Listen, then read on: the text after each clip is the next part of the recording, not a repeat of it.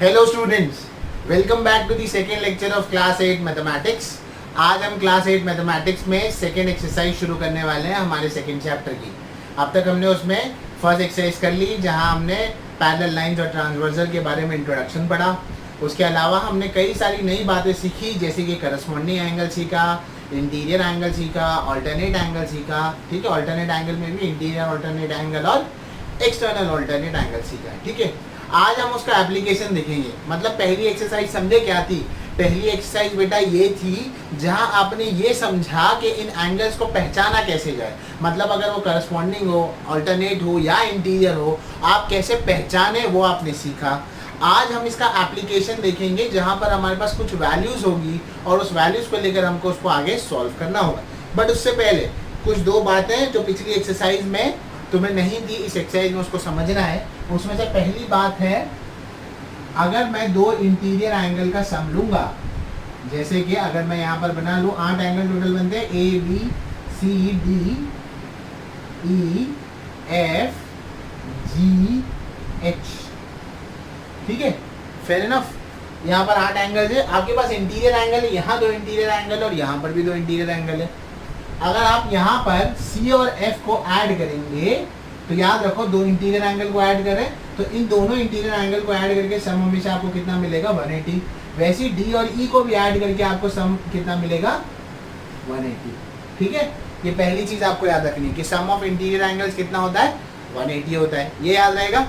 इसके अलावा तो ये सम ऑफ इंटीरियर एंगल्स के बारे में था जो आपको याद रखना है। देखो, मैं एक्सरसाइज को बहुत ज़्यादा डिटेल और रिवाइज सेक्शन में नहीं करा रहा हूँ, रिवाइज मैनर में नहीं करा रहा हूँ, क्योंकि आपने पहली एक्सरसाइज बहुत डिटेल में पढ़ी है। ठीक है, तो अगर आपको नहीं समझ में आ रहा तो फर्स्ट एक्सरसाइज को जाओ और रिविजिट करो पहले उसको और फिर से देखो। तो ये सम ऑफ इंटीरियर एंगल्स हो गया यहाँ पर, तो ये तो उसकी बात हो गई। हाँ, अब उसके अलावा हम बात करेंगे लीनियर पेयर की। लीनियर पेयर का मतलब क्या होता है? लीनियर का मतलब बेटा हमेशा याद रखना, जो स्ट्रेट होता है उसे हम क्या कहते हैं? स्ट्रेट जो होते हैं उसे हम क्या कहते हैं? लीनियर कहते हैं। यहाँ पर आपको स्ट्रेट लाइन दिखाई दे रही है, एक स्ट्रेट लाइन ये है, एक स्ट्रेट लाइन यहाँ, मतलब एक स्ट्रेट लाइन ये है, इसके ऊपर नीचे दो एंगल, इसके ऊपर नीचे दो एंगल है। तो लीनियर पेयर मतलब क्या होता है? हमेशा टू, है ना? पेयर का मतलब क्या होता है? टू। तो यहाँ पर लीनियर पेयर क्या मालूम है तुमको? देखो, अलग अलग लीनियर पेयर है, ए और बी मिलाकर एक लीनियर पेयर बनेगा। देखो, ऐसा कुछ एंगल बनना चाहिए, स्ट्रेट बन रहा है टोटल। तो दो लीनियर पेयर को मिलाकर हमेशा सम कितना होता है? 180। वैसे देखो, ए और डी को भी मिलाकर कितना हो रहा है? 180 हो रहा है कि नहीं हो रहा? बराबर हो रहा है। वैसे बी और सी को भी मिलाकर कितना हो रहा है? 180 हो रहा है। हाँ, समझ गए? तो ऐसे जितने भी कॉम्बिनेशन है वो सबको मिलाकर 180 होगा, तो उसे हम क्या कहेंगे? लीनियर पेयर कहेंगे। तो लीनियर पेयर का भी सम कितना होता है? 180 होता है। इंटीरियर एंगल्स को भी ऐड करोगे तो सम कितना होता है? 180 होता है। Fair enough. इसके अलावा अब हम ये देखेंगे, अपोजिट एंगल्स भी इक्वल होते हैं। जैसे कि यहाँ पर इस लाइन में देखो, एंगल बी और एंगल बी, अपोजिट एंगल्स के बारे में देखते हैं। अपोजिट एंगल्स, तो हम यहाँ पर कॉन्ग्रुएंट लिखेंगे इसके लिए। जैसे कि एंगल बी जो होगा वो कॉन्ग्रुएंट किसके होगा? एंगल डी के लिए। और एंगल ए जो होगा वो किसके कॉन्ग्रुएंट होगा? एंगल सी के लिए। वैसे ई किसके बराबर होगा? जी के बराबर। और एफ किसके बराबर होगा? एच के बराबर। समझ गए? तो इतनी बात याद रहेगी। पहले इसको लिख लो, ये आज की एक्सरसाइज के लिए तुम्हारा बैकअप है, ये तुमको याद रहना चाहिए। इसके अलावा तुमको क्या याद रखना है? इसके अलावा जो हमने फर्स्ट एक्सरसाइज में पढ़ा उसको याद रखना है। याद रखना, हमने ऑल्टरनेट एंगल जो देखा था उसके अंदर हमने ये देखा था कि जेड शेप बनता है। ठीक है, वो याद होगा आपको। ओके, चलो लिख लिया इसको। चलो मैं रब कर रहा हूँ इसको। अब डायरेक्टली हम एक्सरसाइज पर जंप करेंगे। मैं वीडियो को ज़्यादा लंबी नहीं बनाऊंगा, छोटी सी बनाऊंगा ताकि तुम जल्दी से इसको देखकर असाइनमेंट्स वगैरह लिख सको और सारी चीज़ें कर सको। ठीक है, अब यहाँ तक होने के बाद क्या? अब यहाँ तक होने के बाद बेटा हम पहला प्रॉब्लम देखेंगे आज हमारा। जो पहला, काफ़ी मज़ा आएगा तुमको एक्चुअली में एक्सरसाइज करने में। पहले प्रॉब्लम में एक डायग्राम दिया है, आप क्वेश्चन को पढ़ लो, जहाँ पर एम और लाइन एल पैरेलल है। देखो, लाइन का पैरेलल होना ज़रूरी है ताकि हम corresponding angle, alternate angle, interior angle, इन सब का पता लगा सके। तो लाइन का पैरेलल होना ज़रूरी है। मतलब करस्पॉन्डिंग एंगल की प्रॉपर्टी अप्लाई करनी है या इनमें से किसी की भी प्रॉपर्टी अप्लाई करनी है जो पिछले वीडियो और ये वीडियो में हम सीख रहे हैं, तो आपका लाइन का पैरेलल होना ज़रूरी है।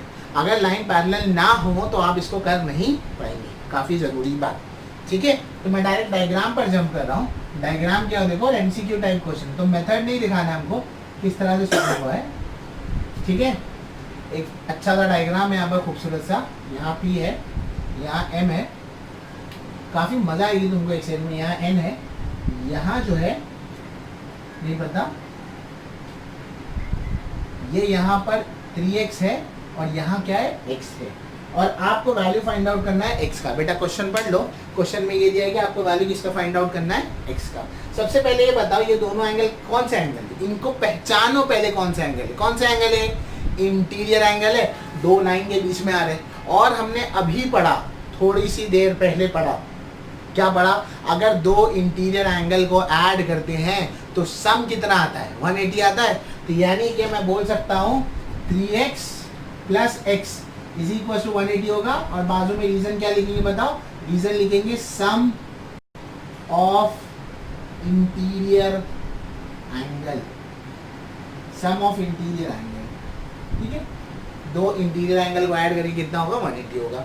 अब यहाँ तक होने के बाद बेटा 3x में एक x मिलाओगे तो 4x हो जाएगा, इज इक्वल टू 180 है। हमें x चाहिए तो ये 4 यहाँ मल्टीप्लाई में यहाँ का डिवाइड हो जाएगा, तो x का वैल्यू क्या होगा, 180 अपॉन कितना आएगा, 4 आएगा। 4 1 जा 4, 4 4 जा कितना होगा, 16 होगा। यहाँ 2 बच जाएगा, 4 5 जा क्या होगा, 20। x का वैल्यू कितना आएगा, 45 डिग्री आएगा।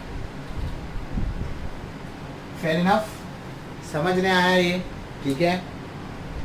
तो ये आपका पहला प्रॉब्लम था। इसका ऑप्शन कौन सा है बेटा, देख लो, इसका ऑप्शन है सी। तो इसका आंसर क्या आएगा, सी आंसर आएगा। अगर सॉल्व करने पे आया तो ऐसे ही सॉल्व कर देना, ठीक है, कोई हर्ज नहीं है। दूसरे सवाल पर जाएं हम, ठीक है। अब हम दूसरे सवाल पर जाते हैं। दूसरे सवाल को करने के अपने अपने तरीके हैं, तो उसको देखते हैं। आपको यहाँ पर भी क्या फाइंड आउट करके देना है, आपको यहाँ पर भी आपको फाइंड आउट करके देना है एक्स को, ठीक है। तो वो बना लेता हूँ मैं, पहले डायग्राम बना लेता हूँ क्वेश्चन नंबर 2 के लिए। तो क्वेश्चन नंबर 2 के लिए बेटे डायग्राम क्या, ये देखो, क्वेश्चन नंबर 2 के लिए डायग्राम ये है, ये यहाँ पर ये है A, ये है B, यहाँ पर ये ऐसे हैं यहाँ पर, ठीक है। और यहाँ पर ये कौन सा एंगल है, यहाँ वाला, ये अंदर वाला एंगल है 4x, यहाँ वाला एंगल है 2x, ठीक है। और ये क्या है, लाइन L है आपकी, ये कौन सी लाइन L है। आपको दिया है A और B आपस में पैरेलल है और ये 2 पॉइंट पर कट कर रहा है, ठीक है ना। अगर A और B आपके लिए पैरेलल है, A और B आपको पैरेलल दिया है, तो लाइन L ट्रांसवर्सल होगा क्योंकि 2 पॉइंट पर कट कर रहा है। लेट से इस पॉइंट का नाम दे देते हैं C, ये पॉइंट C पर कट कर रहा है। एक मिनट, हाँ जस्ट अ मिनट, सॉरी, हाँ। तो ये पॉइंट है आपका C बेटा, इस पॉइंट को हम नाम दे देते हैं D, नाम दे देते हैं, ठीक है, याद रहेगा। अब यहाँ पर अपने को पहचानना है कि इसके अंदर रिलेशन कौन सा बनेगा, मतलब कौन से रिलेशन से आप इसको सॉल्व करेंगे या कैसे आपका आंसर आएगा इसका। तो अगर ध्यान से देखेंगे यहाँ पर, दूसरी एक चीज करते हैं, क्या आपको यहाँ दिखाई दे रहा है ये 2x है, तो इसका अपोजिट एंगल यहाँ पर भी कितना होगा, 2x होगा। ये तो हमने पढ़ा है ना, ये तो अभी थोड़ी देर पहले देखा था कि अपोजिट एंगल्स इक्वल होते हैं। तो अगर ये 2x हुआ तो ये भी कितना हो जाएगा, 2x हो जाएगा, ठीक है। अब हम यहाँ पे नाम दे देते हैं समझने के लिए। सपोज करो यहाँ D है, ये E नाम दे दो, ये F दे दो, ये G दे दो, ये H दे दो। तो इस एंगल का नाम, इस यहाँ पर ये तो L तो लाइन का नाम है, तो L लाइन के नाम को ऊपर लिखते हैं, इसे K दे देते हैं। तो ये वाला एंगल का नाम क्या है, KEH है, और इस वाले एंगल का नाम क्या है, BDC। ये दोनों बराबर होंगे क्योंकि अपोजिट एंगल है। तो सोल्यूशन में सबसे पहली बात क्या लिखेंगे हम, सोल्यूशन में हम सबसे पहली बात ये लिखेंगे कि KEH, major of angle KEH जो है वो किसके बराबर है। यहाँ पर मैं कैपिटल में लिख देता हूँ इसको, वरना तुमको लगेगा कि ये ऐसे नहीं है, वैसे है, ये E है, ठीक है। तो मेजर ऑफ एंगल KEH हो गया, बाकी वाले कैपिटल में समझ लेना। ये कॉन्ग्रुएंट होगा, किसके कॉन्ग्रुएंट होगा, ये जो कॉन्ग्रुएंट होगा ये होगा BDC के, मेजर ऑफ एंगल BDC के, ठीक है, फेयर इनफ। और रीजन क्या आएगा इसका, अपोजिट एंगल्स, बराबर, क्योंकि अपोजिट एंगल इक्वल होता है। तो therefore measure of angle BDC, ये जो तुम्हारा एंगल का नाम है, ये एंगल का नाम यहाँ पर हमने क्या दिया है, सॉरी, यहाँ पर अगर E नाम है ना इसका, तो इसका भी E रखो नाम, और इसको, इस पॉइंट को हटा दो यहाँ से, ठीक है। सॉरी, इसको भी E नाम दो क्योंकि अपोजिट एंगल है तो इक्वल हो गया। तो ये हो गया आपका मेजर ऑफ एंगल BEC। ठीक है। तो therefore measure of angle BEC क्या बोलेंगे हम लोग, मेजर ऑफ एंगल बीईसी जो होगा वो आपका कितना होगा 2x हो जाएगा, ठीक है, फेयर इनफ, 2x डिग्री हो गया ये वाला एंगल। अब मुझे बताइए दो पैरेलल लाइन है, इनके बीच में ये दोनों एंगल जो आ रहे हैं वो अंदर की तरफ है, यानी कि इंटीरियर एंगल होंगे। तो इसका मतलब क्या, तो इसका मतलब ये है मेजर ऑफ एंगल BCE बराबर ये और मेजर ऑफ एंगल BEC ये मिलाकर 180 होगा। क्यों, क्योंकि सम ऑफ इंटीरियर एंगल होगा ना, सम ऑफ इंटीरियर एंगल। अरे इतनी बात समझ रही है, काफी सिंपल है ना, ये दोनों इंटीरियर एंगल को मिलाकर, ये कैपिटल स्मॉल का थोड़ा सा मैनेज कर लेना उसको। हाँ, तो ये एंगल 4x था और ये कितना था 2x था, इज इक्वल टू कितना होगा 180। अब सिंपल कैलकुलेशन है, बताओ कितना हो जाएगा 6x इज इक्वल टू क्या होगा, ये 180 होगा। तो x का वैल्यू क्या आ जाएगा बताओ, 180 अपॉन 6 हो जाएगा, 6 1 जा 6 3 जा 6 0 जा इज इक्वल टू क्या आएगा 30 आएगा। तो फाइनल x का वैल्यू आपको क्या मिलेगा 30 डिग्री मिलेगा। समझ में आया। तो ये तुम्हारा दूसरा प्रॉब्लम था, जहां पर हमने ऑल्टरनेट एंगल ट्राई किया वो नहीं मिला तो हमने अपोजिट एंगल लिया, तो सामने वाला एंगल मिल गया, तो ये दोनों इंटीरियर एंगल हो गए और इंटीरियर एंगल होने के बाद हमने x को फाइंड आउट कर लिया। ठीक है, अब इसको लिख लो और इसका ऑप्शन जो है वो डी है। ठीक है, अब हम जाएंगे आगे नेक्स्ट क्वेश्चन की तरफ। हमारा अगला सवाल क्या है, हमारा अगला सवाल जो है वो ये है कि तीसरा सेकेंड क्वेश्चन है, ये क्वेश्चन नंबर 1 और 2 के दोनों क्वेश्चन थे, 1 2 सब क्वेश्चन। सेकेंड वाले में काफी मजा आएगा। देखो पहले डायग्राम बना देता हूँ मैं, ये लाइन है, यहाँ पर ये लाइन है, ये लाइन इधर है, ये लाइन इधर है।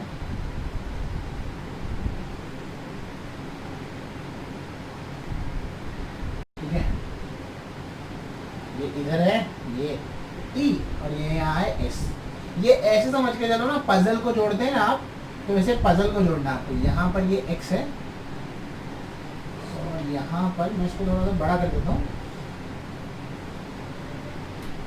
तुमको दिखाई दे, इसे भी थोड़ा सा बड़ा कर देता हूँ। ये जो एंगल है वो कितना है 70 डिग्री। यहाँ पर ये जो एंगल है वो है y, ठीक है y।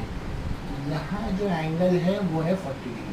ठीक है, ये डायग्राम आप भी एनालाइज कर लो और क्या पैरेलल है वो देख लो। P और Q आपस में पैरेलल है, P और Q कौन सी लाइन है, ये P की लाइन है और ये Q की लाइन है, ये आपस में पैरेलल है और यहाँ पर दो ट्रांसवर्सल आपको दिखाई दे रहे हैं P और S। तो सवाल ये है कि P Q के पैरेलल है, P और S दो ट्रांसवर्सल है, आपको X और Y को क्या करना है फाइंड आउट करना है। पहले हम एक नॉर्मल कैलकुलेशन या रफ कैलकुलेशन से पहले फाइंड आउट करने की कोशिश करते हैं। सबसे पहली बात बताओ, डायग्राम देख के क्या समझ आ रहा है। डायग्राम देख के तुमको ये समझ में आना चाहिए, अगर ये 70 है तो इसका अपोजिट एंगल ये भी कितना होगा 70। जब ऐसा कुछ दिखा, दो लाइन के बीच में दो अंदर एंगल दिखे, तो ये कौन से एंगल होंगे, इंटीरियर एंगल होंगे। तो ये y और 70 को ऐड कर लेंगे तो ये दोनों मिलाकर कितने होंगे 180 होंगे, क्योंकि दुनिया के किसी भी दो इंटीरियर एंगल को ऐड करते हैं तो सम हमेशा कितना आता है 180 आता है, बराबर।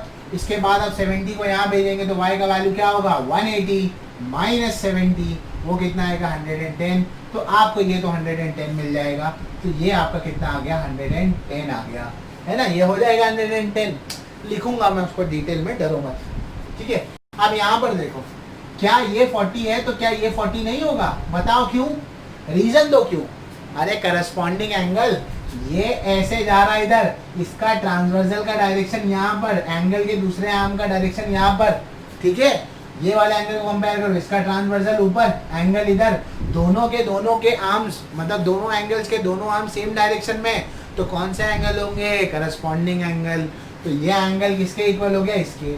अगर ये एंगल इसके इक्वल हो गया तो यहाँ पर देखो क्या बन रहा है, बना हाफ सर्कल बना, यानी कि लीनियर पैर बना। और अगर लीनियर पैर बना तो मैं बोल सकता हूँ कि x प्लस 40 कितना होगा 180 होगा। तो x का वैल्यू कितना आएगा 180 माइनस 40, और ये कितना होगा 140। समझ गए, आसान है। अब लिखने का तरीका मैं बता देता हूँ कैसे लिखना है। पहला ये समझ रहे हैं, दिमाग लगाओ दिमाग, ठीक है।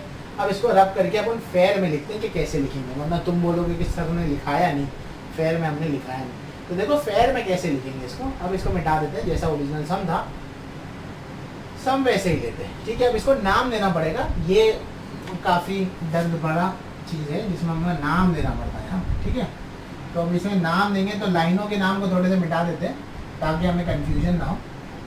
लाइनों के नाम को हम मिटा देते हैं। तो लाइंस के नाम को अगर मिटा देंगे तो सपोज करो यहाँ इस पॉइंट्स पर हम नाम देते हैं, ऐसे नाम दे दो। अभी ये पॉइंट है, लाइन का नाम अपना है A B C D E F G, ये एच है, ये आई है, ठीक है, ये आई यहाँ पर दे देता हूँ मैं, कैपिटल लिख देता हूँ, ये आई है, ये जे है और ये के है, ठीक है। अच्छा, तो ये वाला एंगल, हाँ देखो यहाँ पर ये वाला एंगल कौन सा है, डी के ई वाला angle, major of angle D के ई दिखा, ये डी के ई एंगल दिखा। और ये वाला एंगल का हम क्या नाम देंगे, इसका नाम देंगे हम, यहाँ पर ये आई है, ये आई के जे, इसका नाम क्या है, आई के जे।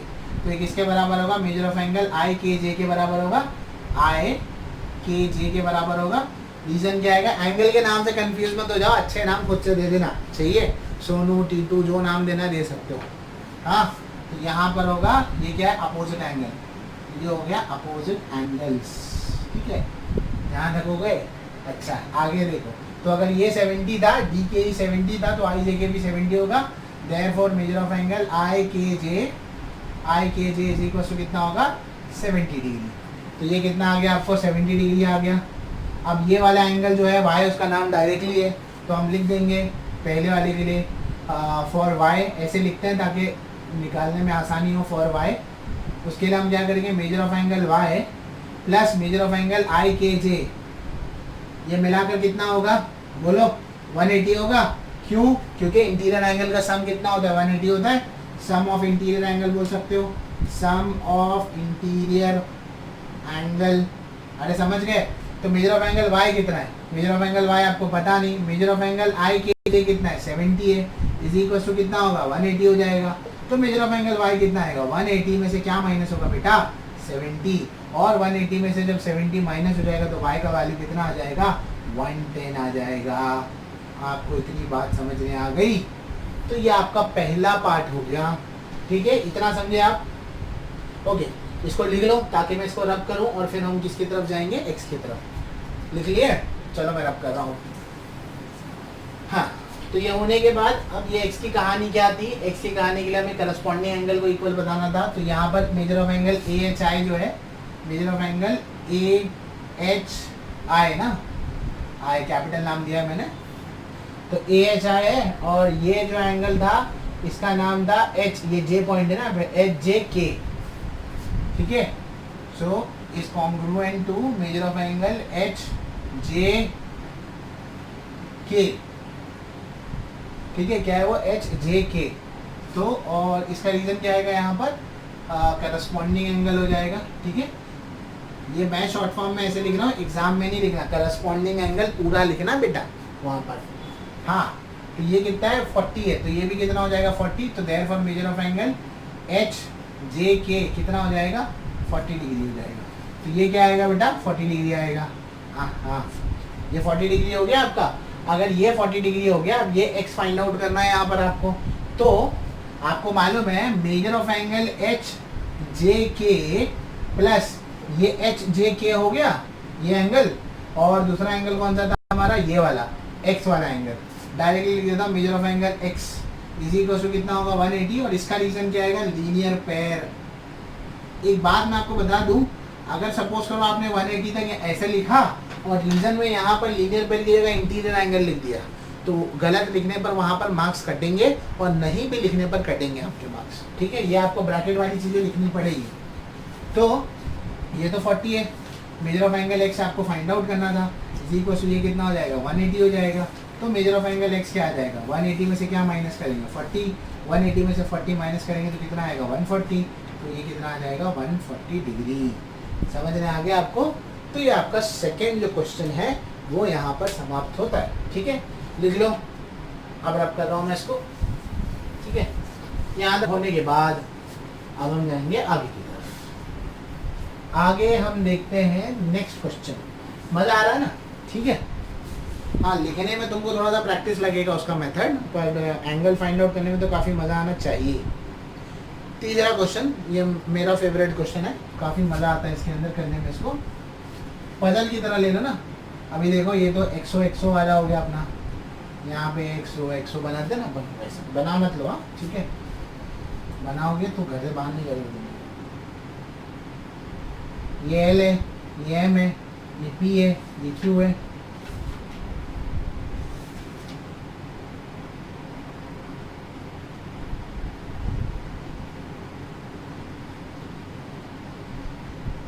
ये 80 डिग्री है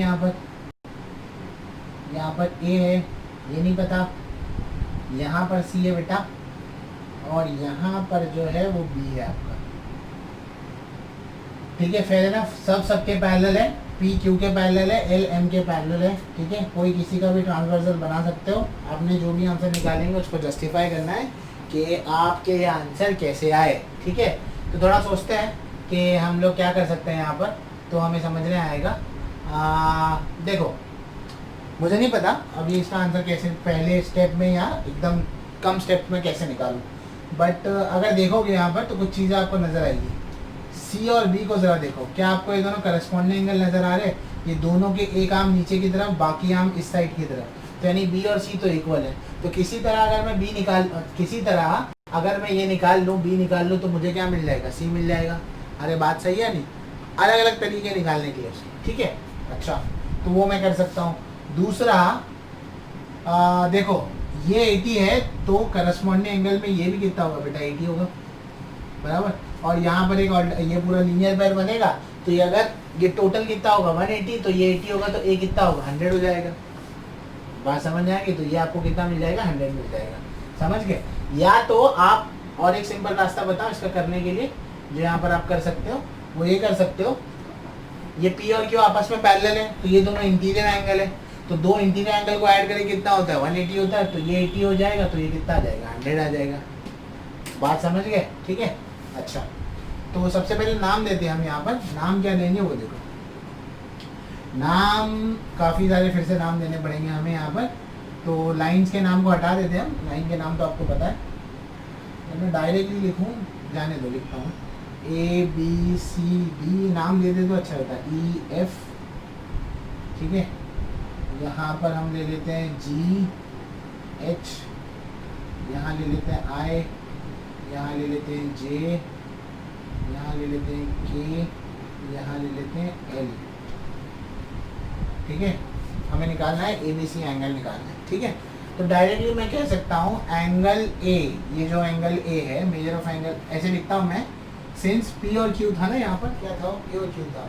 हाँ, so since line P parallel to line Q, line P किसके पैरेलल है? लाइन क्यू के पैरेलल है, ये वाली लाइन इसके पैरेलल है, तो फिर हम लिखेंगे देयरफॉर मेजर ऑफ एंगल, यहाँ कौन सा एंगल था? इस एंगल का नाम हम लेते हैं A I J, measure of angle A I J plus measure of angle B J C, measure of angle B J सी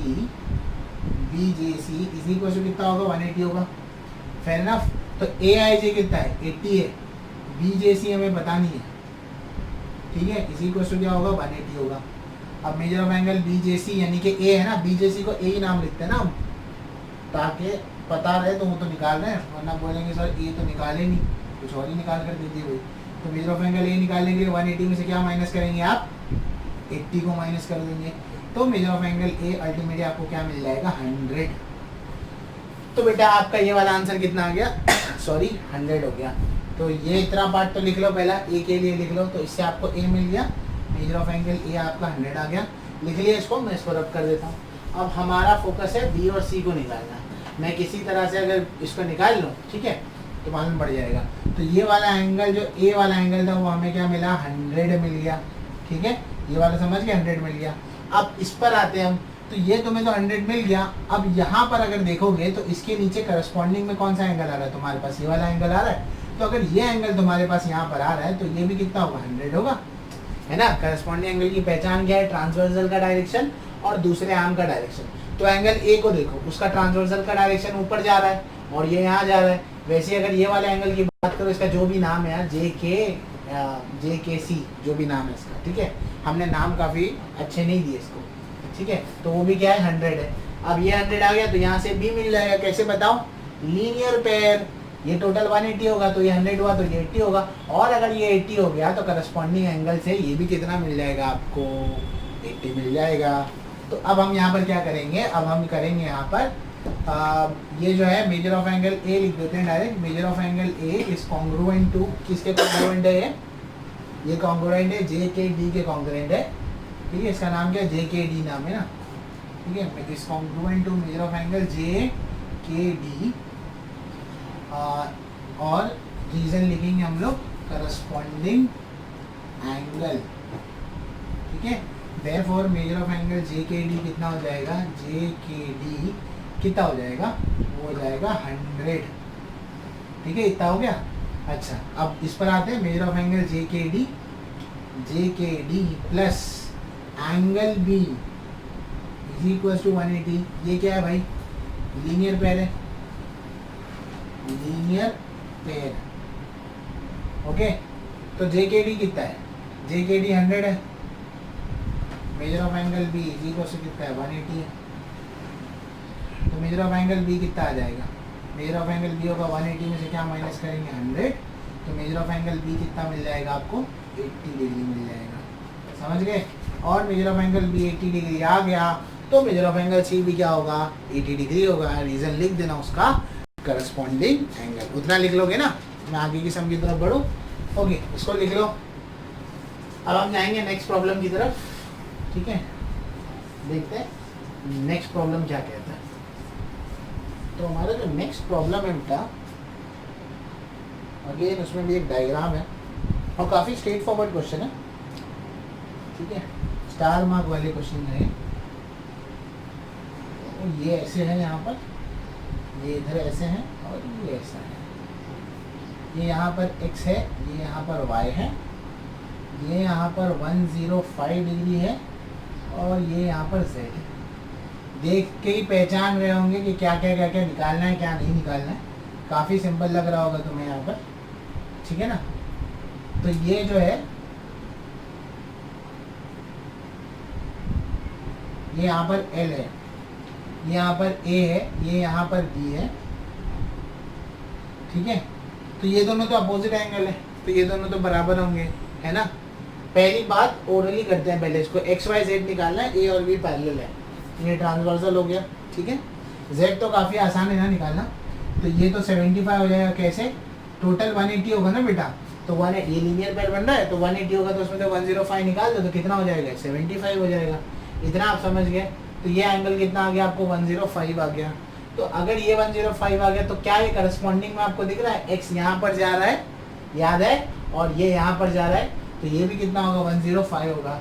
तो अगर ये 105 होगा तो ये भी कितना होगा, 105, क्योंकि ये क्या हो गया, अपोजिट एंगल होंगे, बराबर। तो मैं लिख देता हूँ यहाँ पर 105 plus measure of angle z is equal to 180 होगा।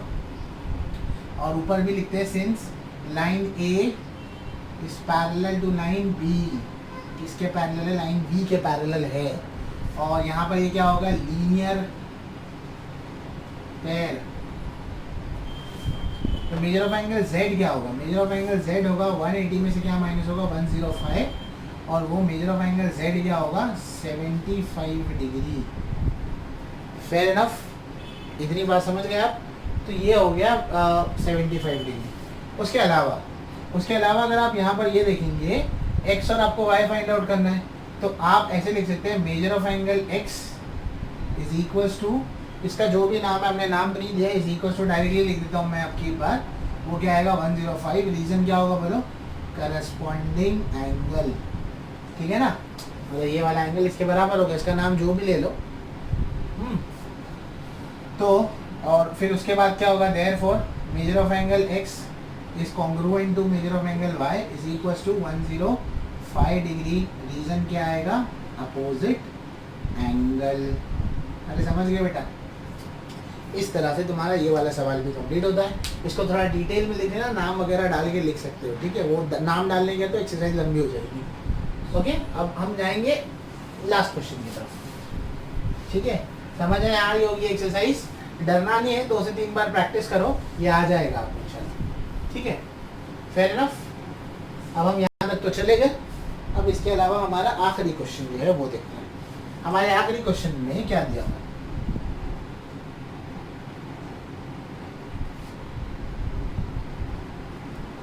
हमारे आखिरी क्वेश्चन में एक छोटा सा प्लेन बनाया हुआ है यहाँ पर, जो कि आपको लग रहा होगा बड़ा टफ क्वेश्चन है, ऐसा कुछ नहीं है। आधे आधे इस क्वेश्चन को, इस डायग्राम जो है ना एक्चुअली इसको आधा आधा देखो तब समझ आ जाएगा क्या बोलूँ। आधा आधा देखोगे तो समझ आएगा। हमेशा जब भी आप डायग्राम बना रहे हो ना टेक्स्ट बुक में देखकर, बोर्ड पे अपनी किताब में, तो तब उस दरमियान में उसमें जो वक्त होता है ना उसको एनालाइज कर लिया करो। ठीक है, आपको टोटल ये एंगल एक्स जो है टोटल है, मतलब ये पूरा एंगल फाइंड आउट करना है। यहाँ पर 40 डिग्री है, यहाँ पर ये 30 डिग्री है, ये P है, ये Q, ये सब आपस में एक दूसरे के पैरेलल है। आपको ये वाला x निकालना है, ये एंगल x आपको निकालना है। ठीक है, फेयर इनफ। कैसे निकालेंगे भाई, ये सब आपस में पैरेलल है। सबसे पहले खुला खुला z शेप दिख रहा है, तो ये z शेप यहाँ से ट्रेस करो। देखो मेरी उंगली को देखो, यहाँ से लेके यहाँ यहाँ जा रहा है, तो ये 40 है, तो ये भी कितना होगा 40 होगा बराबर। इतना हिस्सा 40 होगा, जो कलर किया हो ना इतना हिस्सा 40 होगा। अब जो नहीं कलर किया उसको उल्टा ट्रेस करो, ये यहाँ से जा रहा है, ये यहाँ जा रहा है, तो ये एंगल 30 है, तो ये भी कितना होगा 30। अब 30 और 40 को टोटल मिला दो तो कितना हो जाएगा 70। सॉल्व हो गया सम, आसान। ठीक है, कैसे करेंगे इसको, नाम दे दो, यहाँ A दे दो, यहाँ ये एंगल को तो पूरा x नाम है, अभी अपन यहाँ पे B लिख देते हैं और यहाँ पर C लिख देते हैं। ठीक है, तो ये वाला एंगल जो है ना, इसको इस पॉइंट पे भी नाम देना पड़ेगा, तो लाइन का नाम था, इसे नाम दे देते हैं D इस पॉइंट को। सो DAB, major of angle DAB,